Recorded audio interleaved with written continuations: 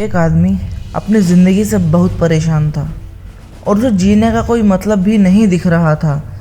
परेशान और दुख से छुटकारा पाने के लिए उसने खुदकुशी करने का मन बना लिया। उस आदमी ने लास्ट बार परमात्मा से बात करने की ठानी। उसने परमात्मा से कहा, मेरी ज़िंदगी इतनी कठिनाइयों से भर गई है जिसे अब मैं नहीं सह सकता और अब मैं आत्महत्या करने जा रहा हूँ। मेरी ज़िंदगी का मकसद अब ख़त्म हो चुका है। तो उस पर परमात्मा बोले, रुको और थोड़ा सोचो, क्या तुम्हें आत्महत्या करने से तसल्ली मिल जाएगी? क्या तुम जो ये बोझ अपने दिल और दिमाग पर लिए बैठे हो, क्या इसको हल्का कर पाओगे? नहीं ना, तो फिर क्यों आत्महत्या कर रहे हो?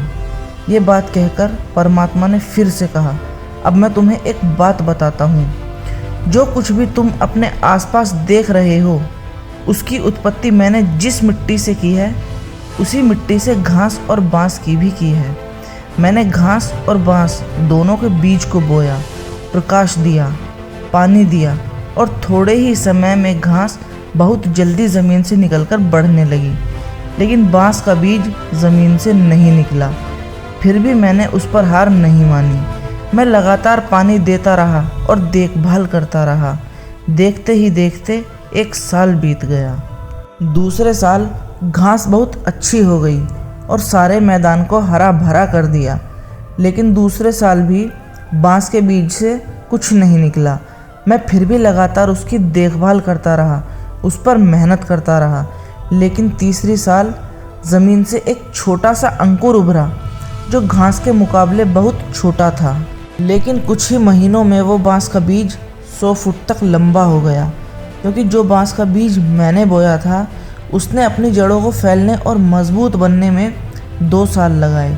इन जड़ों ने बांस को मजबूत बनाया और जब मजबूती मिल गई तो वह खुद ब खुद ऊंचाइयों को छूने लगा। परमात्मा ने उस आदमी से फिर से कहा, मैं अपने किसी भी जीव को इतनी कठिनाइयाँ देता हूँ जितनी वह सहन कर सके। क्या तुम जानते हो, अभी जो तुम कठिनाइयों का सामना कर रहे हो, वास्तव में तुम्हें अपनी जड़ों को मजबूत करने के लिए हैं। मैंने जिस प्रकार बांस की देखभाल नहीं छोड़ी, उसी प्रकार मैं तुम्हें भी अकेला नहीं छोड़ूंगा।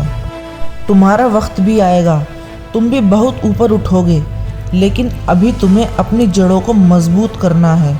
और जब तुम्हारी जड़ें मजबूत हो जाएंगी, फिर देखना तुम कितना ऊपर उठोगे। तो तैयार रहो और मेहनत करो। दोस्तों, अपने आप की तुलना किसी से मत करो। बांस का घास की तुलना में एक अलग उद्देश्य है, फिर भी दोनों जंगल को सुंदर बनाते हैं। हमेशा याद रखो, कभी हार न मानो, कभी नहीं, कभी भी नहीं।